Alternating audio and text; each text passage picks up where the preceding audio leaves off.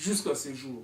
Et ça, je le dis, c'est pour comme une leçon, pour dire que les alliances congolaises dans notre lutte ne sont toujours pas nombreuses. Malheureusement, je peux aussi dire, il y a un regret, parce que après la victoire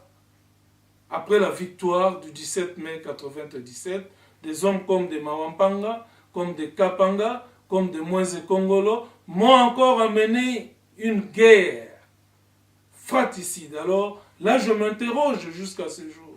Comment mes grands alliés d'hier étaient devenus mes grands ennemis avec des Mobutistes. Parler de mon expérience, c'est dangereux et quoi tout ça. Mais je dis non. Je ne suis pas parti du Zaïre pour des raisons économiques. C'est sur un problème qui concerne les Zaïrois, je reste ici à Rome sans travail ou pas, et juste à ce que j'aurai la possibilité de parler de cette chose. La même chose avec les FAO. Je pouvais bien travailler à l'FAO. Comme fonctionnaire international, je ne pouvais pas. Donc j'ai encore ces lettres. La façon qu'il regrettait des crimes de mon témoignage. Mais malheureusement, je le voyais entre-temps recevoir le président assassin Mobutu et l'introduire. Alors je me demandais, je me posais la question, mais comment est-il possible qu'un assassin public doit être reçu par le sommet de...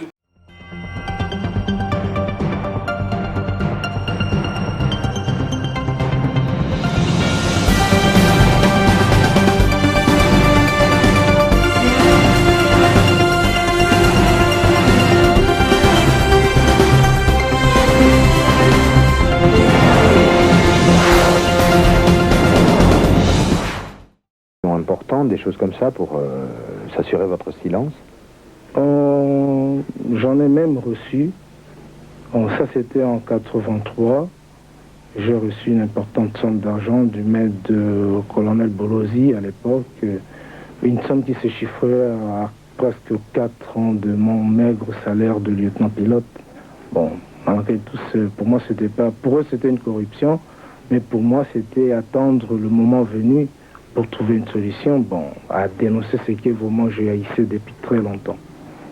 Et tout cela signifie que l'armée zaïroise, ou une partie de l'armée zaïroise, a été systématiquement utilisée pour en fait exécuter les basses œuvres du régime? Ça, comme par exemple, je peux citer l'exemple de la force aérienne que je connais très bien.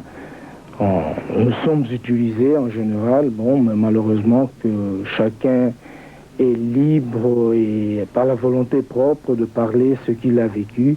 Parce que en fait, je ne suis pas le seul. Il y a des gens, beaucoup moins, mais chacun a sa responsabilité d'avoir le courage de parler ce qu'il a vécu. Voilà, je vous rappelle le titre de ce livre, Zaïre l'abattoir, par Pierre Yamouya.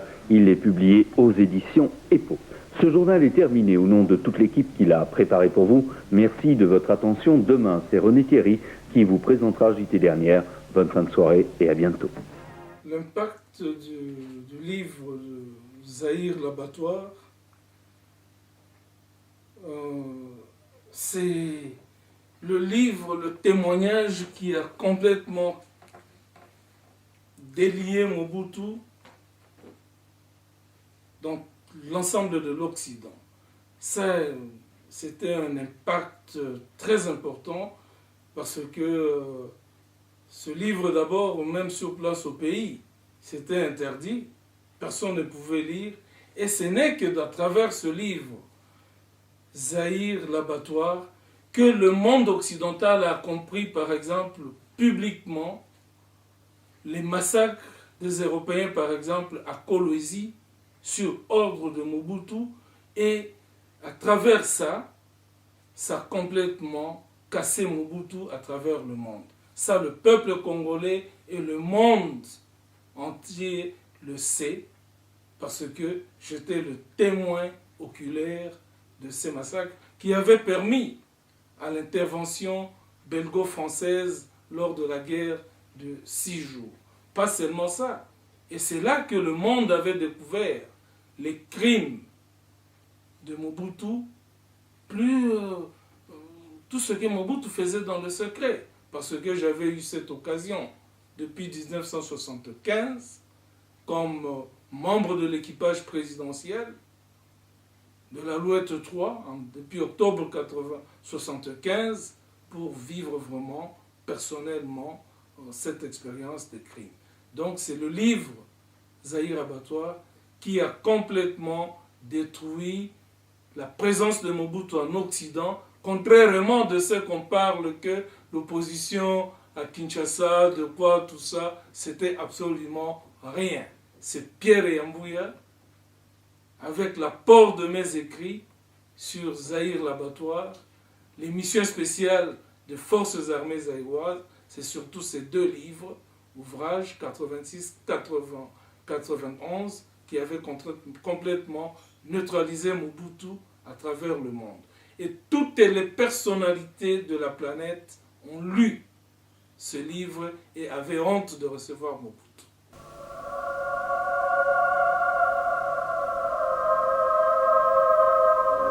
E lì ho trovato due persone ben legati. Une fois, dans une petite ville, j'ai trouvé deux types attachés, face à la foule. Je devais transporter ces deux types, mains et pieds liés. J'ai donc décollé. Avec nous, il y avait un garde du corps du président qui s'appelle maréchal en chef Jabani. Maréchal Capo Jabani.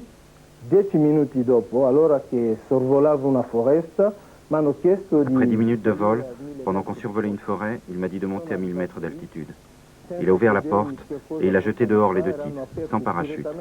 C'est une expérience terrible, bien pire que le transport des cadavres.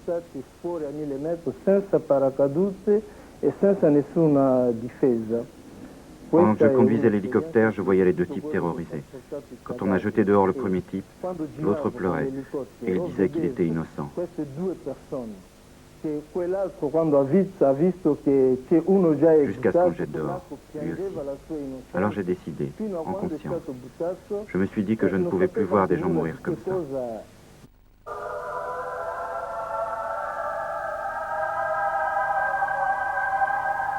La scuola per esempio della tortura nello Zaire è Israele che fa tutto questo. La sicurezza nello Zaire è il governo. L'école de torture au Zaïre a été créée grâce au soutien d'Israël. Les services de la sûreté jouissaient également de la coopération du gouvernement israélien. Tout le monde le sait. Il modo di infiltrare la gente, il modo di torturare la gente, anche le costruzioni. Les gardes du corps du président sont encore aujourd'hui formés à l'étranger. On leur apprend la façon de contrôler et de torturer les gens. Même la construction des prisons spéciales reçoit l'appui des pays étrangers. L'Occident est responsable. Je me sens vraiment mal quand on me parle de la démocratie, de la solidarité humaine. Et quand je vois un président assassin avec un chef d'État occidental.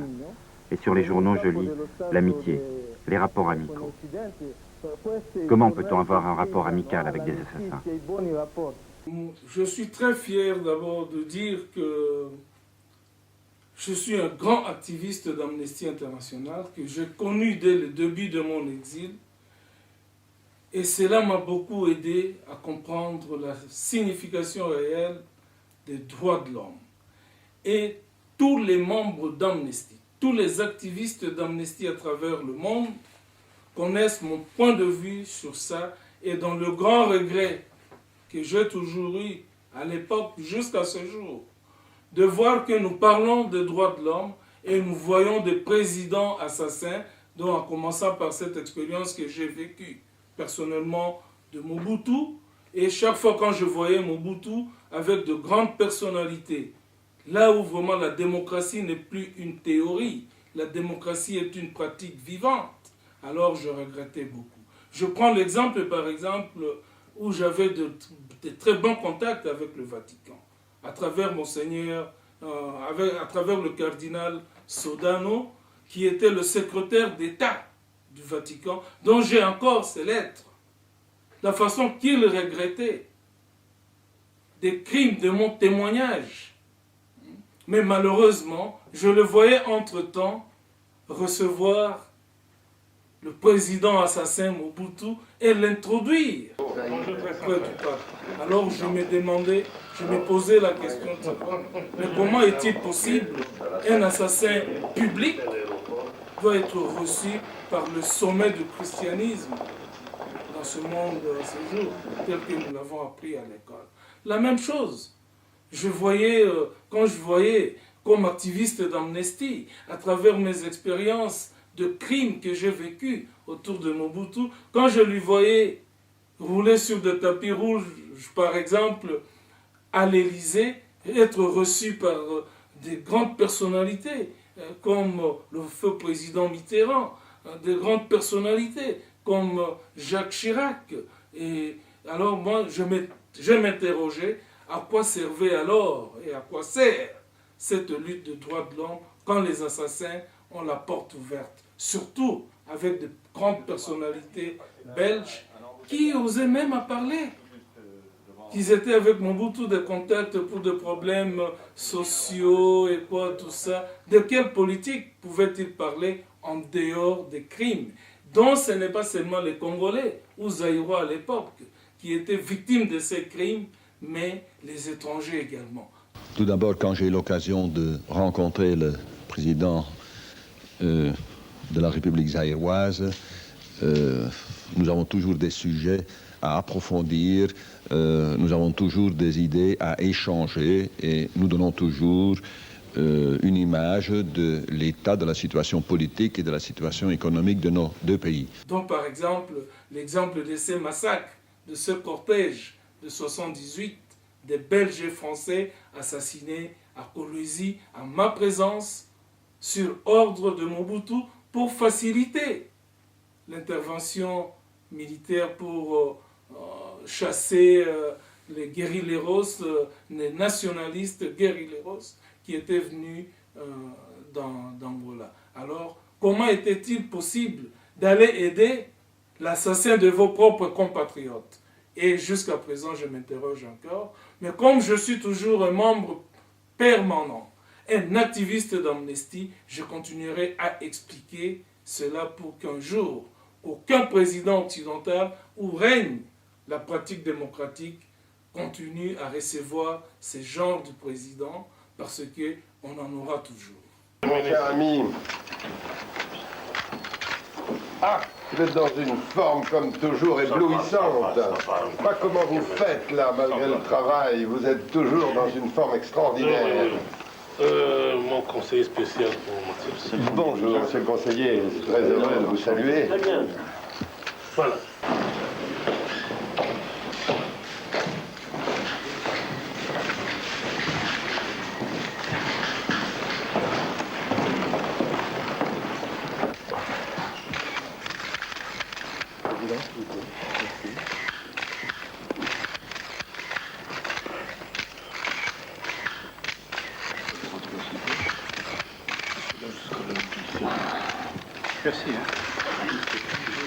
Pierre Yambouya a été dans plus de 70 pays du monde et a participé et donné plus ou moins 200 conférences entre 1984 et 1997. Mais je voudrais quand même d'abord encore vous poser cette question-ci.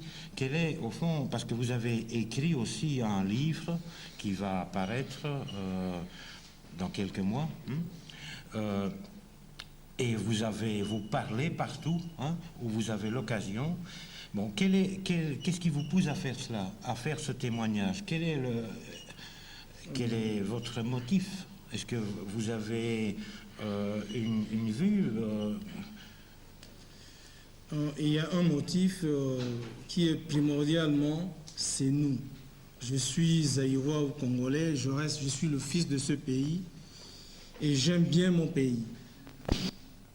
Nous sommes nombreux que chacun exécute, même des civils qui travaillent dans des sécurités et quoi tout ça. Même moi, j'ai volé avec des civils qui travaillent dans la sécurité, devant tous ces massacres, par exemple. Ce n'est pas seulement le militaire, mais mon témoignage est dans le but de d'éclaircir ce que j'ai vu en premier lieu pour aider les Zaïrois plus particulièrement à comprendre la façon, parce qu'il y a des gens qui disparaissent, il y a ceci, des gens arrêtés, torturés, et des gens qui disparaissent, comme l'exemple de... Beaucoup de gens m'ont toujours demandé, ma Pierre, tu ne vois pas ton frère, ceci, cela. Je ne pouvais pas, sur place au pays, avec l'expérience de Kamba Wakamba, de Mvogne et tout ça, je ne pouvais même pas dire ça. Mais aujourd'hui, je suis plus libre, je suis devant mes frères et quoi tout ça, avec cette expérience vécue pendant 9 ans, j'ai décidé de les éclaircir. que je ne suis pas complice. J'étais là pendant 9 ans. J'ai vu et je cherchais la possibilité d'en parler. Mais au Zaïre, je ne pouvais pas prononcer 2 paroles sur ça. Aujourd'hui, je suis plus libre, surtout la soirée d'aujourd'hui. J'en ai toujours témoigné, j'en ai toujours parlé à des Européens et quoi, tout ça. Mais c'est d'abord nous. Et c'est ça le but de mon témoignage, éclairci. Je suis vivant. Il y a eu de masse des Européens, d'autres Zaïrois et quoi, tout ça. Lieutenant ne témoigne pas ça et quoi, tout ça. J'ai refusé d'aller au Canada. Tout simplement, le Canada m'avait donné un travail comme pilote à partir de Rome. Et j'ai des cassettes vidéo que j'ai amenées. Je n'ai jamais eu peur de dire ça. Le Canada m'avait demandé de rester, de travailler comme pilote, mais de ne pas faire la politique et de parler de mon expérience. C'est dangereux et quoi, tout ça. Mais je dis non. Je ne suis pas parti du Zaïre pour des raisons économiques. Sur un problème qui concerne les Zaïrois, je reste ici à Rome sans travail ou pas, et juste à ce que j'aurai la possibilité de parler de cette chose. La même chose avec les FAO. Je pouvais bien travailler à l'FAO. Comme fonctionnaire international, je ne pouvais pas pénétrer dans la politique, je pouvais bien gagner ma vie. Mais je dis, je ne suis pas parti du Zaïre pour ça. Je cherche la possibilité d'éclaircir à mes frères, surtout zaïrois, de comprendre et de prendre une décision. Parce qu'on ne peut pas continuer à avoir dans le secret une telle situation. C'est notre responsabilité. C'est à nous à arrêter de massacres clandestins de ce genre-là. Et à ces moments, nous devons prendre une décision sur ça. Je suis zaïrois comme tous les zaïrois, et puis il faut prendre une décision sur ça. Comment arriver à cette décision? C'est ça le problème. Oui. Bon, tu es maintenant depuis 1984 au fond en exil, hein, et ce qui pourrait quand même être intéressant aussi, parce que beaucoup de Zaïrois sont dans la même situation que toi, hein. Ils vivent dans l'exil, ils ont des problèmes, ils savent d'abord des problèmes économiques, des problèmes financiers, mais surtout aussi des problèmes pour s'engager. Ils ont l'impression qu'on leur a coupé les pieds et les mains. Qu'est-ce qu'on peut faire pour le Zaïre, pour notre peuple, hein? Alors comment tu vis ça toi, et quelle issue tu vois pour les intellectuels et les Zaïrois qui vivent en exil, que ce soit en Belgique ou en Allemagne ou en France ou à Rome, en Italie? Comment vous voyez cela? La vie d'exil, d'abord, c'est une vie vraiment la plus atroce. Une vie humiliante. Dans ce sens que l'Europe des études, par exemple, moi personnellement dans l'armée, pendant les études, je ne savais pas la vie quotidienne. Je ne connaissais même pas s'il y avait des réfugiés. Mais aujourd'hui, comme parfois j'ai toujours dit, je n'appartiens pas à une partie politique et quoi, tout ça. Ça, c'est la façon de dire, parce que l'unique tristesse en est, c'est notre division. On est tellement divisés, on ne sait même plus. Personnellement, je suis dans la confusion parce que ce que nous cherchons, qui appuyer, je ne parviens pas à comprendre. Ça, c'est l'unique chose qui me rend souvent triste, de comprendre où va l'opposition, de comprendre qu'il y a des gens déterminés. En Europe, par exemple, il y a de masses de gens au Zaïre, enfin, ça, c'est pas l'opinion de tout le monde. Il y a de masses de gens qui attendent le renversement, le changement auprès des intellectuels.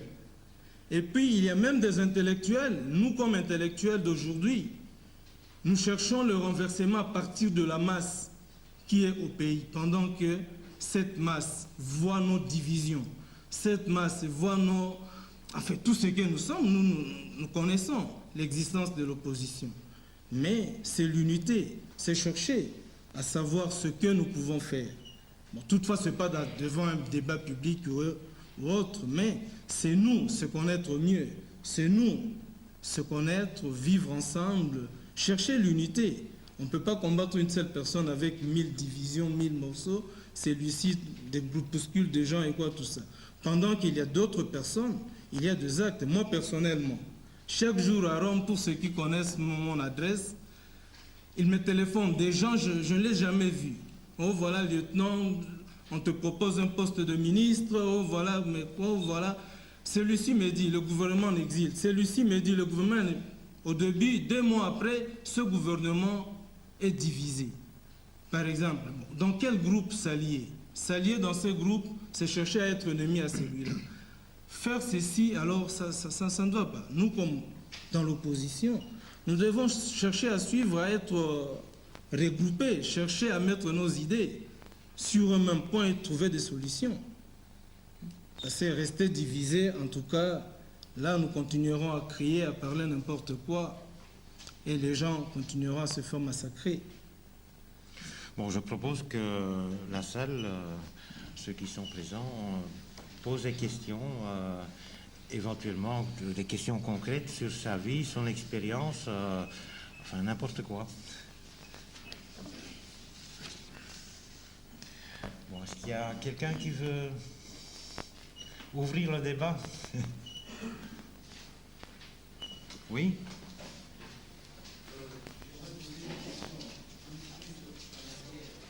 Vous voulez parler haut parce qu'on entend très mal. Hein? Sinon, ils peuvent venir faire. La mort du général Martial, avait connu. Si. Et aussi remonter ou bien accident pour parce que en 1976 ou 1977, il était mort à la suite d'un accident d'hélicoptère en mission vers le Brésil. Avez-vous un avis là-dessus?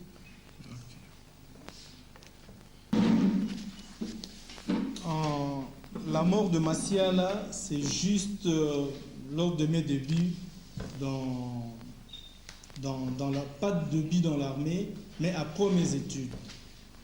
Et j'étais personnellement à l'endroit, parce que pour trouver le corps de Massiala, c'est moi et Feu Aikenzambe qui avons trouvé le cadavre de Massiala.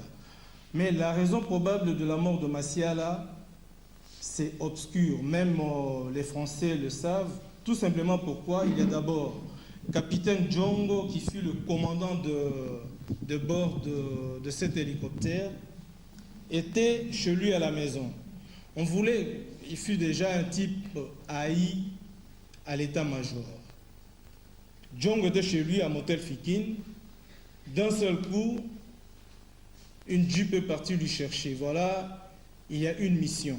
Comme d'habitude, quand nous arrivons pour des missions, pour prendre des généraux, pour les missions de l'état-major, quand nous atterrissons au ministère de la Défense, à Mbinza, bon, l'équipage est toujours invité à aller manger, tout ça, quelque chose dans la cité de l'Oyoa, des histoires comme ça. C'est la même chose ce jour-là. Djongo et son équipage, après avoir atterri au ministère de la Défense, ils sont allés dans un restaurant de l'Oyoa pour manger. Et après, l'hélicoptère est resté. Mais cet hélicoptère, on n'a jamais su ce qu'ils ont fait avec ça. Mais c'était un attentat. Dans ce sens, on a découvert l'hélicoptère accidenté de Massiala, une roue là-bas. C'est-à-dire l'avion avait explosé en plein vol. Les Français et colonel Brignot, il est à ce moment que je suis en train de parler, conseiller au ministère de la Défense française et pilote d'essai à Marignane, en Marseille. C'est lui qui a même pris la boîte noire de l'hélicoptère. Mais les Français ont totalement refusé parce que les raisons probables de cette mort étaient un attentat. Et la preuve est là. Au Palais de la Nation, après le jour des funérailles, la femme de Massiala parlait à haute voix que je n'ai jamais été malade parce que la nouvelle était venue que voilà, la femme de Massiala à Boma, elle est sérieusement malade. Il faut que son mari lui rejoigne tout de suite. Et comme ça, on a préparé un équipage pour aller prendre la femme de Massiala. Massiala devait l'accompagner avec un médecin. C'est comme ça que Massiala était accompagné d'un médecin et d'un cousin. Finalement, ils ont trouvé la mort avant d'arriver à Boma, pendant que la femme de Massiala n'était pas malade. Cela signifie quoi? Et les Français n'ont même pas dédommagé cet hélicoptère parce que la boîte noire n'indique pas une erreur technique ou une panne technique dedans. Ça n'existait pas, ça. Je n'accuse pas les Français, mais les documents sont là. Les Français, là, connaissent mieux. C'est ce qu'on appelle le charnier de Kolwezi. Ce qu'on appelle le charnier de Kolwezi, c'était une trentaine, quarantaine, femmes et hommes, là, entassés dans la maison. Mais s'il y a d'autres blancs tués peut-être individuellement dans l'autre partie, ça je sais rien. Mais le massacre du charnier de Kolwezi suit un témoin oculaire. J'étais là, présent. En date du 6 avril 1996, les combattants congolais vivant en Amérique organisèrent une conférence à Kentucky pour trouver divers moyens afin de chasser Mobutu du pouvoir. Parmi eux, un seul combattant congolais venu de l'Europe. Ce fut M. Pierre Yambouya, un incontestable gourou très assoiffé et impatient du départ de Mobutu. Il arriva à Kentucky après 15 heures de route à partir de Philadelphie. Oui, tu as la Kentucky à Ouattara. Donc, combat est bandeli à Ouago. C'est historique. Nazako yoka, yango nazako loba. Vraiment. Et pas tout le monde bazalia. L'administrateur yakala bazalia, le pasteur bazalia, le militaire bazalia. Yo monana wapi. Rondel Robinson abima na publika lobangai. Mobutu nangai tokotala nani mutakolo. Mutu wana zankoi. Rondel Robinson tala succès va mindere na Sud-Afrique. Vraiment. A succès du Valier na Cedras na Haïti. Yo kanisi Mobutu akokaye tokotala. Yo moni ndenge réunion ya. Nous sommes de yo utina Rome kuna motika oyawa longoni akuti. Yo zali combattant monene. En tout cas, Mutoyo azali combattant monene. Tala message muke en 3 jours Rome, Philadelphie aux États-Unis, de Philadelphie maintenant à Kentucky, loin des États-Unis, 15 heures de voiture. Vous vous souvenez? Cet homme est un héros. La conférence de Kentucky qui avait regroupé beaucoup de compatriotes de la diaspora, surtout la diaspora américaine, la diaspora occidentale, dont de toute l'Europe, j'étais d'abord l'unique représentant. J'étais l'unique qui était venu de l'Europe, mais je dois remercier les organisateurs de l'Anacose.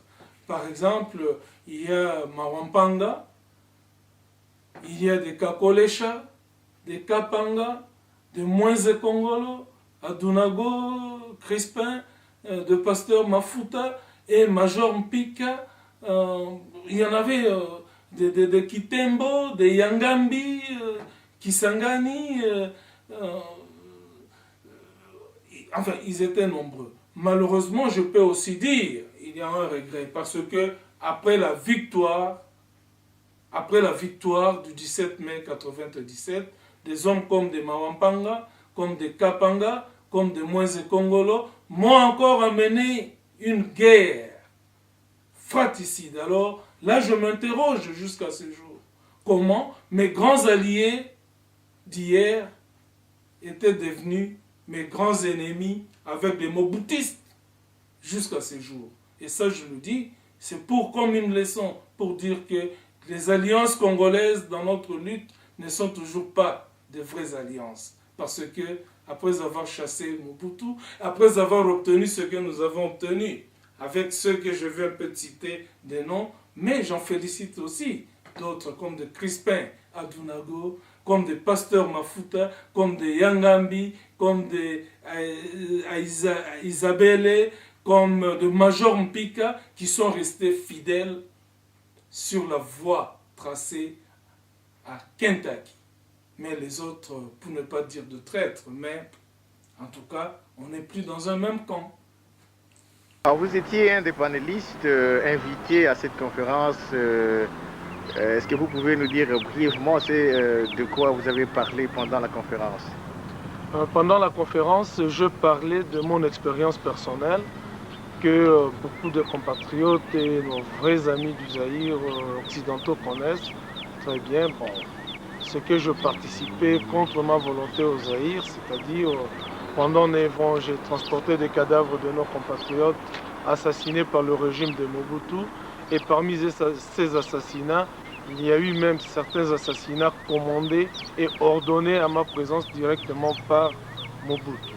Et j'ai essayé aussi de parler sur l'implication de l'Occident qui nous a formés comme officiers comme cadre militaire, malheureusement que cette formation était vraiment une formation pour servir les crimes et qu'aujourd'hui, nous demandons au peuple congolais en général de nous aider, donc politiquement, parce que ce sont les politiciens, donc vous, à nous organiser aussi militairement.